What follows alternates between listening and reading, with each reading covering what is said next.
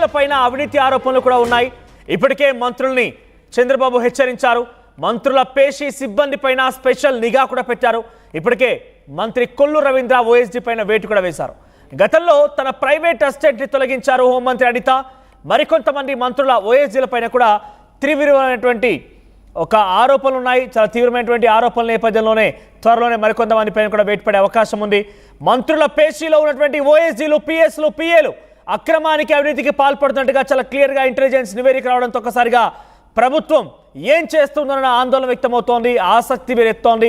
వారంతా ఎవరు, ఎక్కడెక్కడ దోచుకున్నారు, ఎక్కడెక్కడ అవినీతికి పాల్పడ్డారు, ఎలా వారంతా ఈ అక్రమాలకి పాల్పడ్డారన్న విషయం పైన కొంత ఆసక్తి రేస్తోంది. ఏకంగా వారిని కేవలం తొలగించడమే కాకుండా వారు అక్రమాలకు పాల్పడ్డ విషయంలో కానివ్వండి, లేదంటే వారు అవినీతికి పాల్పడ్డ విషయంలో కానివ్వండి, నిగ్గు తేల్చి సామాన్యులకు కానివ్వండి, ఆ బాధ్యులకి న్యాయం చేయాల్సినటువంటి బృహత్తర బాధ్యత కూడా ప్రభుత్వం పైన ఉంది.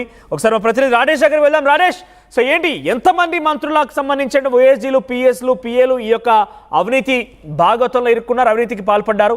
వారికి సంబంధించిన డీటెయిల్స్ తెలుస్తున్నాయా? ఇంటెలిజెన్స్ రిపోర్ట్ ఏ రకంగా ఉంది? వారిపై ఎటువంటి చర్యలు తీసుకునే అవకాశం కనబడుతోంది? మంత్రుల పేషీలో ముఖ్యంగా కొన్ని శాఖలకు సంబంధించినటువంటి మంత్రుల పేషీల్లో గతంలో పనిచేసినటువంటి అధికారులు ఇంకా కొనసాగుతున్నారనే ఒక రిపోర్టు ముఖ్యమంత్రి చంద్రబాబు వద్దకు వెళ్ళినట్టు తెలుస్తుంది. అంతేకాదు మంత్రుల వద్ద ఉన్నటువంటి ఓఎస్డీలు, పర్సనల్ సెక్రటరీ, పర్సనల్ అసిస్టెంట్, పిఏలకు సంబంధించినటువంటి వ్యక్తుల మీద అవినీతి ఆరోపణలు వస్తున్నాయని ముఖ్యమంత్రికి ఇంటెలిజెన్స్ సమాచారం అందడంతో ముఖ్యమంత్రి చంద్రబాబు కొంత ఆగ్రహంతో ఉన్నారు. మంత్రుల పేషీలో మొదట్లో అంటే 2024 జూన్ 4 రిజల్ట్ వచ్చిన తర్వాత మంత్రులు ఎన్నికైన తర్వాత వాళ్ళందరికీ సంబంధించిన విషయంలో ముఖ్యమంత్రి చంద్రబాబు గారు సీఎంఓ కార్యాలయం చాలా క్లారిటీగా చెప్పడం ఏంటంటే, చాలా జాగ్రత్తలు తీసుకోండి.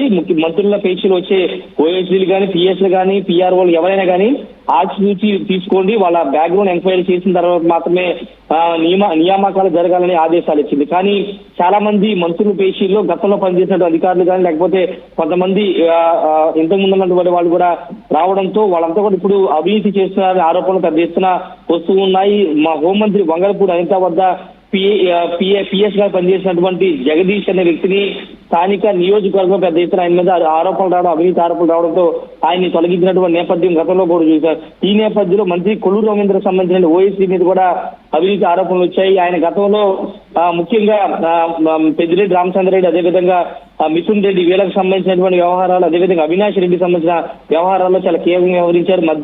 గతంలో మద్యం కుంభకోణం వ్యవహారంలో మంత్రి కొల్లు రవీంద్ర వద్ద పనిచేసిన ఓఎస్డీ గతంలో కీలకంగా వ్యవహరించిన వ్యక్తి మళ్ళీ మంత్రి కొల్లు రవీంద్ర వద్ద ఓఎస్డీ రావడం కొంత కలకలంగా మారింది. ఈ నేపథ్యంలో ఆయన కూడా కొంత వేటు వేసినట్టు తెలుస్తుంది. వీటితో పాటు కొంతమంది ప్రైవేటు వ్యక్తుల్ని పిఎస్లు గాను, పిఎల్గా పెట్టుకున్న వ్యక్తులు కూడా వాళ్ళ ఇష్టానుసారం ఫైల్స్ మూవ్మెంట్ కానీ, లేకపోతే బిల్స్ వ్యవహారంలో గత ప్రభుత్వ హయాంలో ఉన్నటువంటి బిల్స్ ని ఆర్థిక శాఖ పంపించి క్లియరెన్స్ చేయించుకున్నారు, పెద్ద ఎత్తున లాబింగ్ చేయిస్తున్నారనే ఆరోపణలు వస్తున్న నేపథ్యంలో ముఖ్యమంత్రి చంద్రబాబుకి రిపోర్ట్ అయితే అందింది. ఈ నేపథ్యంలో ముఖ్యమంత్రి చంద్రబాబు నాయుడు కొంత కీలక ఆదేశాలు గారు జారీ చేశారు. అంతేకాదు ఈ నెల 17న జరగబోతున్న కేబినెట్ లో మంత్రులకి దీనిపైన కీలకంగా ముఖ్యంగా కొంత వార్నింగ్ కూడా ఇచ్చే అవకాశం అయితే కనబడుతుంది.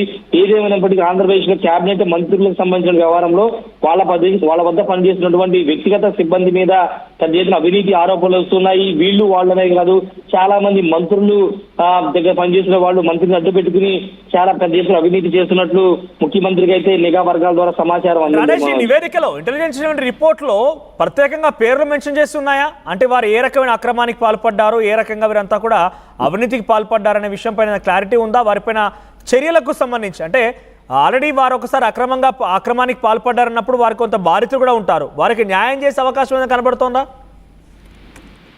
అంటే ఇప్పటి వరకు హోంమంత్రి దగ్గర పనిచేసినటువంటి జగదీష్, తాజాగా కొల్లు రవీంద్ర దగ్గర పనిచేసినటువంటి ఓఎస్డీ వీళ్ళిద్దరి మీద వేటు పడింది. ఇంకా వేటు పడాల్సిన వాళ్ళు చాలా మంది ఉన్నారనేది సచివాలయ వర్గాల నుంచి వస్తున్న సమాచారం. ముఖ్యంగా ఒక మంత్రి ఏ ఫైల్ అయినా మంత్రి వద్దకు వెళ్ళిందంటే ముందు ఓఎస్డీ పరిశీలించి అన్ని సెట్ చేసిన తర్వాత మంత్రి వద్దకు వెళ్తుంది. మంత్రి వాటిని పరిశీలించి సంతకం చేసి అప్రూవల్ ఇస్తారు. మొత్తం తతంగం అంతా నడిపేదంతా కూడా మంత్రి పేషెంట్ నుండి ఓఎస్డీ తతంగం అంతా నడుపుతారు. ఈ నేపథ్యంలో మంత్రులు కూడా తెలియకుండా కొంతమంది ఓఎస్డీలు ఫైల్స్ ని మాయం చేస్తున్నారు, మాయ మాటలు చెప్పి లేకపోతే ఇది చాలా చిన్న ఫైలు లేకపోతే పెద్ద ఫైలు, ఇది మనవాళ్ల ఫైల్ అని మంత్రులను కూడా బొడి కొట్టించి ఓఎస్డీలు కథంతా నడుపుతున్నారని కూడా పెద్ద ఎత్తున విమర్శలు వస్తున్నాయి. ఆ సమాచారం కూడా ముఖ్యమంత్రి వద్దకు వెళ్ళింది. ఈ నేపథ్యంలోనే ముఖ్యమంత్రి మంత్రుల పెన్షన్లో పనిచేసినటువంటి సిబ్బంది మీద దృష్టి పెట్టారంటే పరిస్థితి ఏ స్థాయిలో ఉందో అర్థం చేసుకోవచ్చు. అందువల్ల ముఖ్యమంత్రి కూడా ఇన్వాల్వ్ అయ్యి కొన్ని హెచ్చరికలు కూడా జారీ చేసిన పరిస్థితి. ఖచ్చితంగా ఎవరెవరైతే ఈ విధంగా అవినీతి ఆరోపణలు చేస్తారు, అవినీతి చేస్తున్నారు, వాళ్ళందరి డేటా తీసుకున్నారు. వాళ్ళ బాధితులు ఎవరైతే బాధితులు ఓఎస్డీని అప్రోచ్ అయ్యి లక్షల రూపాయలు కోట్ల రూపాయలు చెల్లించి మంత్రి ద్వారా ఈ పని చేయించండి, ఈ ఫైల్ క్లియర్ చేయించండి అని అప్రోచ్ అయిన ఉన్నారు. వాళ్ళు నష్టపోయిన వాళ్ళు, మోసపోయిన వాళ్ళు ఉన్నారు. వాళ్ళ డేటాను కూడా తీసుకుని పూర్తి ఆధారాలతో వాళ్ళ మీద వేటు పడే అవకాశం కూడా కనబడుతుంది మనోజ్. రైట్ రాజేష్. సో మొత్తం మీద ఏపీ మంత్రుల పేషీలో అవినీతికి సంబంధించినటువంటి అంశం పైన ఇంటెలిజెన్స్ రిపోర్ట్ వస్తే దాంట్లో మంత్రుల పేషీలో పనిచేసినటువంటి ఓఎస్డీలు, పిఏలు, పిఎస్ అందరూ కూడా అవినీతి అక్రమాలకు పాల్పడ్డట్టుగా తెలుస్తోంది. ఈ నేపథ్యంలోనే వారందరిపైన ఇంటెలిజెన్స్ నిఘా వేసి వారి యొక్క భండారాన్ని బయటపెట్టే ప్రయత్నం చేసింది. ఇప్పటికే ఒక రిపోర్ట్ను తయారు చేసింది. ఇప్పటికే అటు హోంమంత్రి అనిత, పర్సనల్ సెక్రటరీ, ప్రైవేట్ పర్సన్ని ఇప్పటికే తొలగించారు. కొల్లు రవీంద్రకు సంబంధించి మంత్రివర్గంలో ఆయన దగ్గర ఒక పిఏ పని కూడా ఈ రకంగానే చేశారు. సో తాజాగా మరికొంతమంది కూడా ఇంటెలిజెన్స్ ద్వారా ఆ రిపోర్ట్లో అక్రమానికి పాల్పడ్డారని తెలియడంతో వారందరిపైన కూడా చర్యలకు ఉపక్రమించే అవకాశం కనబడుతోంది. సో నిజంగా ఏపీ ప్రజలుగా మీరెప్పుడైనా ఏ సమస్య చెప్పుకునేందుకైనా మంత్రి దగ్గరికి వెళ్తే ఈ పిఎస్లు కానివ్వండి, పిఏలు కానివ్వండి, ఓఎస్డీలు కానివ్వండి, వారి యొక్క ప్రవర్తన ఎలా ఉంది? నిజంగా వారు అవినీతి కోసం అంటే మీ దగ్గర ఎక్కడైనా డబ్బులు అడిగిన సందర్భం కానివ్వండి, మిమ్మల్ని ఇబ్బంది గురిచేసే అంశం కానివ్వండి ఏదైనా ఉందా? ముఖ్యంగా మంత్రుల నియోజకవర్గానికి సంబంధించిన ప్రజలుగా మీరేం చెప్తారు? ఆ ఓఎస్డీలు, పిఎస్ల, పిఏల సంబంధించినటువంటి అవినీతి బాగోతాల పైన మీ అభిప్రాయం ఏంటి? మీకున్నటువంటి ఎప్పుడైనా ఎదురైందా ఇటువంటి సమస్య? కామెంట్ చేయండి.